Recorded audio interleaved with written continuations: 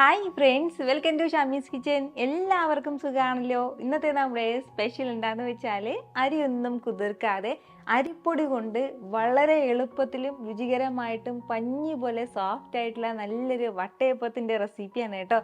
ഇതുവരെയും വട്ടയപ്പം തയ്യാറാക്കി നോക്കിയിട്ട് നല്ലതുപോലെ സോഫ്റ്റ് ആയിട്ട് കിട്ടാത്തവരുണ്ടെങ്കിൽ ഉറപ്പായിട്ടും ഈ ഒരു രീതിക്ക് തയ്യാറാക്കി നോക്കൂ. നിങ്ങൾക്ക് നല്ല പെർഫെക്റ്റ് ആയിട്ടുള്ള വട്ടയപ്പം കിട്ടും.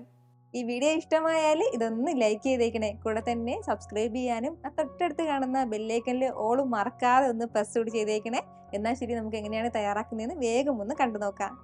നമ്മുടെ ഈ വട്ടയപ്പം തയ്യാറാക്കി എടുക്കാനായിട്ട് ഞാനിപ്പോൾ ഒരു മിക്സിയുടെ ജാറൊന്ന് എടുത്ത് വെച്ചിട്ടുണ്ട്. ഇതിലേക്ക് നമുക്ക് ആദ്യം ചേർത്ത് കൊടുക്കേണ്ടത് അരിപ്പൊടിയാണ്. അപ്പോൾ ഞാനിപ്പോൾ 1.5 കപ്പ് അളവിലാണ് അരിപ്പൊടി എടുത്തിട്ടുള്ളത്. പച്ചരിപ്പൊടിയാണ് കേട്ടോ നമുക്ക് ആവശ്യമായിട്ടുള്ളത്. വറുത്ത പച്ചരിപ്പൊടി, അതായത് നമ്മുടെ പാക്കറ്റിൽ വാങ്ങുന്ന ആ ഒരു പച്ചരിപ്പൊടി ചേർക്കാം. അല്ലാന്നുണ്ടെങ്കിൽ വീട്ടിൽ തന്നെ പൊടിച്ചെടുത്ത പൊടിയും ചേർക്കാവുന്നതാണ്. കൂടെ പിന്നെ ഇനി നമുക്കിതിലേക്ക് വേണ്ടത് തേങ്ങയാണ്. അപ്പോൾ 1 കപ്പ് അളവിൽ ചിരകിയ തേങ്ങ നമുക്കിതിലേക്ക് ചേർത്ത് കൊടുക്കാം. ഫ്രഷ് ആയിട്ടുള്ള തേങ്ങ വേണം കേട്ടോ ഇതിലേക്ക് ആവശ്യമായിട്ടുള്ളത്. ഇനി നമുക്കിതിലേക്ക് വേണ്ടത് അവിലാണ്. അപ്പോൾ ഒരു 1/2 കപ്പ് അളവിലാണ് ഞാനിപ്പോൾ അവലെടുത്തിട്ടുള്ളത്. നല്ല തിന്നായിട്ടുള്ള വെള്ള അവലാണ് നമുക്ക് ഇതിലേക്ക് ആവശ്യമായിട്ടുള്ളത്. വേറെ റോസ് അവൽ ചേർക്കരുത്, എങ്കിൽ പിന്നെ നമ്മുടെ വട്ടയപ്പത്തിൻ്റെ കളറ് പാടെ മാറിപ്പോവും. അതുപോലെ തന്നെ നല്ല കട്ടിയായിട്ടുള്ള അവലാണ് നമ്മുടെ കയ്യിലുള്ളത് എങ്കിൽ 1/4 കപ്പ് അളവിൽ മാത്രം അവലെടുത്ത് വെള്ളത്തിലേക്കിട്ട് നന്നായിട്ട് ഒരു 5 മിനിറ്റോ 10 മിനിറ്റോ ഒന്ന് കുതിർത്തതിന് ശേഷം മാത്രമേ ഇതിലേക്ക് ചേർക്കാൻ പാടുള്ളൂ. അവലില്ല എന്നുണ്ടെങ്കിൽ 1/2 കപ്പ് അളവിൽ ഇതിൽ ചോറ് ചേർത്ത് കൊടുത്താലും മതിയാവും.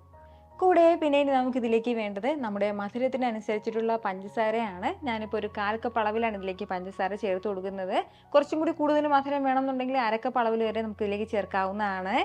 ഇനി നമുക്ക് വേണ്ടത് ഒരു 2-3 ഏലക്കയുടെ സീഡ് മാത്രം ചേർത്ത് കൊടുക്കാം, നല്ലൊരു ഫ്ലേവറിന് വേണ്ടിയിട്ട്. ഇനി ഇതിലേക്ക് നമുക്ക് ഒരു 1/2 ടീസ്പൂൺ അളവിൽ ഇൻസ്റ്റൻറ്റ് ഈസ്റ്റും കൂടി ആവശ്യമായിട്ടുണ്ട്. അപ്പോൾ നല്ല ഫ്രഷ് ആയിട്ടുള്ള ഈസ്റ്റ് നോക്കി എടുക്കണം നമ്മൾ. ഒരു 1/4 ടീസ്പൂൺ അളവിൽ ഉപ്പും കൂടി ചേർക്കുകയാണ്. ഇനി നമുക്ക് നന്നായിട്ട് ഇനി ഒന്ന് അരച്ചെടുക്കണം. അപ്പോൾ അരച്ചെടുക്കാനും ആവശ്യത്തിനുള്ള കുറച്ച് വെള്ളം ചേർത്ത് കൊടുക്കാം. അപ്പോൾ കുറച്ചായിട്ട് വെള്ളം ചേർത്ത് കൊടുത്തിട്ട് നല്ല രീതിക്ക് നമുക്ക് നല്ല സ്മൂത്തായിട്ട് തന്നെ ഒന്ന് അരച്ചെടുക്കാവുന്നതാണ്. ഈ ഒരു രീതിക്ക് നല്ല സ്മൂത്തായിട്ട് ഞാനിന്ന് അരച്ചെടുത്തിട്ടുണ്ട്. ഇനി നമുക്കിതൊരു ബൗളിലേക്ക് ചേർക്കാവുന്നതാണ്. ഇത്രയും കട്ടിക്കാണ് ഞാനിപ്പോൾ ഇത് അരച്ചെടുത്തിട്ടുള്ളത്. ഒരുപാട് ലൂസാകുകയും വേണ്ട, അതുപോലെ തന്നെ തീരെ കട്ടിയായിട്ട് നമ്മളിത് അരച്ചെടുക്കേണ്ട ആവശ്യമില്ല. ഇനി നമുക്ക് വേണ്ടത് ഒരു 2 മണിക്കൂർ ഇതൊന്ന് റെസ്റ്റ് ചെയ്യാൻ വേണ്ടി വെക്കാം. അത്രയും സമയം കൊണ്ട് തന്നെ നമ്മുടെ മാവെല്ലാം നല്ല കറക്റ്റായിട്ട് ഇങ്ങനെ പൊന്തി വന്നിട്ടുണ്ടാവും. നല്ലതുപോലെ തന്നെ ചെറിയ രീതിയിൽ ഇതൊന്ന് പുളിച്ചിട്ടും ഉണ്ടാവും. അപ്പോൾ ഒരുപാട് സമയം നമ്മളിത് റെസ്റ്റ് ചെയ്യാൻ വേണ്ടി വെക്കരുത്, അതായത് 4-5 മണിക്കൂറോളം വെക്കരുത്, എങ്കിൽ പിന്നെ നന്നായിട്ട് അത് പുളിച്ചു പോകും. അതൊന്ന് പ്രത്യേകം ശ്രദ്ധിച്ചേക്കണം. ഞാനിപ്പോൾ 2 മണിക്കൂറാണ് ഇതൊന്ന് വെക്കുന്നത്. ഇതിപ്പോൾ നമ്മൾ റെസ്റ്റ് ചെയ്യാൻ വെച്ചിട്ട് ഏകദേശം ഒരു 2 മണിക്കൂറോളം ആയിട്ടുണ്ട്. അത്രയും സമയം കൊണ്ട് തന്നെ നമ്മുടെ മാവെല്ലാം ബൗൾ നിറയെ വന്നിട്ടുണ്ട്, നന്നായിട്ട് തന്നെ ഫെർമെൻ്റായി കിട്ടിയിട്ടുണ്ട്. അപ്പോൾ ഇനി നമുക്ക് ഒരു തവി കൊണ്ട് ചെറുതായിട്ട് ഇതൊന്ന് ഇളക്കി കൊടുക്കാം. ഒരുപാട് സമയത്ത് ഇളക്കേണ്ട ആവശ്യമില്ല. അതിനുശേഷം നമുക്ക് ഇതുപോലെ ഞാനിപ്പോൾ ഒരു കേക്ക് ടിന്നാണ് എടുത്തിട്ടുള്ളത്. ഒന്നെങ്കിൽ ഒരു കേക്ക് ടിന്നോ അല്ലാന്നുണ്ടെങ്കിൽ ഇതുപോലത്തെ ഒരു പ്ലേറ്റിലോ നമുക്ക് ഒരല്പം നെയ്യോ ബട്ടറോ ഒന്ന് പുരട്ടി കൊടുത്തിട്ട് ഇതിലേക്ക് നമുക്ക് മാവ് ഒഴിച്ചു കൊടുക്കാവുന്നതാണ്. നമ്മുടെ മാവിൻ്റെ കൺസിസ്റ്റൻസി ഈ ഒരു രീതിക്ക് മാത്രമേ ഉണ്ടാവാൻ പാടുള്ളൂ. ഒരുപാട് കട്ടിയാകരുത്, അതുപോലെ തന്നെ തീരെ ലൂസായിട്ടിരിക്കാനും പാടില്ല. നമ്മുടെ ദോശമാവിൻ്റെ ആ ഒരു കൺസിസ്റ്റൻസി ഉണ്ടല്ലോ, അത് തന്നെ മതിയാവും. ഇഡ്ഡലി മാവിൻ്റെ അത്രയും തിക്കായിട്ട് നമുക്ക് മാവ് ആവശ്യമില്ല. നമ്മൾ എത്രത്തോളം കനം കുറച്ച് നമ്മൾ മാവ് ഒഴിച്ചെടുക്കുന്നോ അത്രയും പെട്ടെന്ന് നമുക്ക് ആവിയിൽ വേവിച്ചെടുക്കാൻ പറ്റും കേട്ടോ. അപ്പോൾ അതിൻ്റെ പേരിൽ ഒരുപാട് കനത്തിൽ ഒരുപാട് നിറയെ നമ്മൾ മാവ് ഒഴിക്കേണ്ട ആവശ്യമില്ല, എങ്കിൽ പിന്നെ അത്രയും സമയം എടുക്കും നമ്മുടെ ഈ വട്ടയപ്പം ഒന്ന് വെന്ത് കിട്ടാനായിട്ട്. ഞാനിപ്പോൾ ഇത് കേക്ക് ടിന്നിൻ്റെ പകുതി അളവിലാണ് ഒഴിച്ചു കൊടുത്തിട്ടുള്ളത്. ഇനി നമുക്ക് വേഗം തന്നെ ഇതൊരു ആവിച്ചെമ്പിലേക്ക് വെക്കാവുന്നതാണ്. അപ്പോൾ ഇതൊന്ന് വേവിച്ചെടുക്കാനായിട്ട് ആവിച്ചെമ്പിലേക്ക് ഞാൻ വെള്ളം വെച്ചിട്ടുണ്ട്. നല്ലതുപോലെ വെള്ളമെല്ലാം തിളയ്ക്കുന്നുണ്ട്. ഇനി നമുക്കിതിന് മുകളിലേക്ക് ഒരു തട്ടിട്ട് കൊടുക്കാം.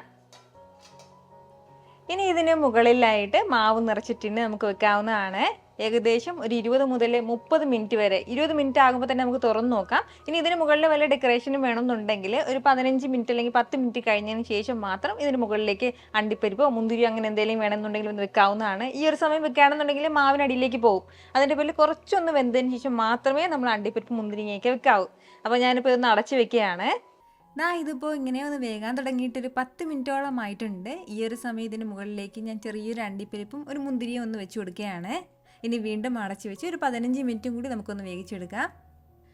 ഇതിപ്പോൾ ആകെ 25 മിനിറ്റോളം ആയിട്ടുണ്ട്. നമ്മുടെ വട്ടയപ്പം നല്ല സൂപ്പറായിട്ട് റെഡിയായിട്ട് കിട്ടിയിട്ടുണ്ട്. നന്നായിട്ട് തന്നെ ഇത് വെന്തിട്ടുണ്ട്. അപ്പോൾ ഇനി നമുക്ക് ബാക്കിയുള്ള മാവും കൂടി പ്ലേറ്റിലേക്ക് ചേർത്തിട്ട് അതുകൂടി ഒന്ന് വേവിച്ചെടുക്കാം. വളരെ സോഫ്റ്റും നല്ല ടേസ്റ്റിയുമായിട്ടുള്ള വട്ടയപ്പമാണ് കേട്ടോ. വളരെ സിമ്പിളായിട്ടല്ലേ നമുക്ക് തയ്യാറാക്കി എടുക്കാൻ പറ്റിയിട്ടുള്ളത്. ഉറപ്പായിട്ട് ഇതുപോലൊരു വട്ടയപ്പം നിങ്ങളും ട്രൈ ചെയ്ത് നോക്കിയിട്ട് ഫീഡ്ബാക്ക് എനിക്കൊന്ന് മറക്കാതെ അറിയിച്ചേക്കണം. കാരണം നിങ്ങളുടെ ഫീഡ്ബാക്ക് കാണുമ്പോഴായിരിക്കും അത് മറ്റുള്ളവർക്കും തയ്യാറാക്കി നോക്കണം എന്നുള്ളൊരു പ്രചോദനം ഉണ്ടാകുന്നത്. എത്ര രുചികരമായിട്ടും എളുപ്പത്തിലാണല്ലേ നമ്മൾ തയ്യാറാക്കി എടുത്തിട്ടുള്ളത്. അപ്പോൾ ഈ വീഡിയോ ഇഷ്ടമായാൽ ഇതൊന്ന് ലൈക്ക് ചെയ്യാനും കൂടെ തന്നെ നിങ്ങളുടെ ഫ്രണ്ട്സിനും ഫാമിലിക്കും എല്ലാവർക്കും ഇതൊന്ന് ഷെയർ കൂടി ചെയ്ത് കൊടുത്തേക്കണം. ഇതുപോലുള്ള റെസിപ്പിക്ക് വേണ്ടിയിട്ട് നമ്മുടെ ഷമീസ് കിച്ചൻ ചാനൽ ഫോളോ ചെയ്യാനും സബ്സ്ക്രൈബ് ചെയ്യാനൊന്നും ആരും മറക്കരുത്. വീണ്ടും നല്ലൊരു ഉഷാർ വീഡിയോ ആയിട്ട് നാളെ കാണാം. അതുവരേക്കും എല്ലാവരും ഹാപ്പി ആയിട്ടിരിക്കുക, സന്തോഷമായിട്ടിരിക്കുക, എല്ലാവരും സേഫ് ആയിട്ടിരിക്കണം. Take care dear friends. Tata.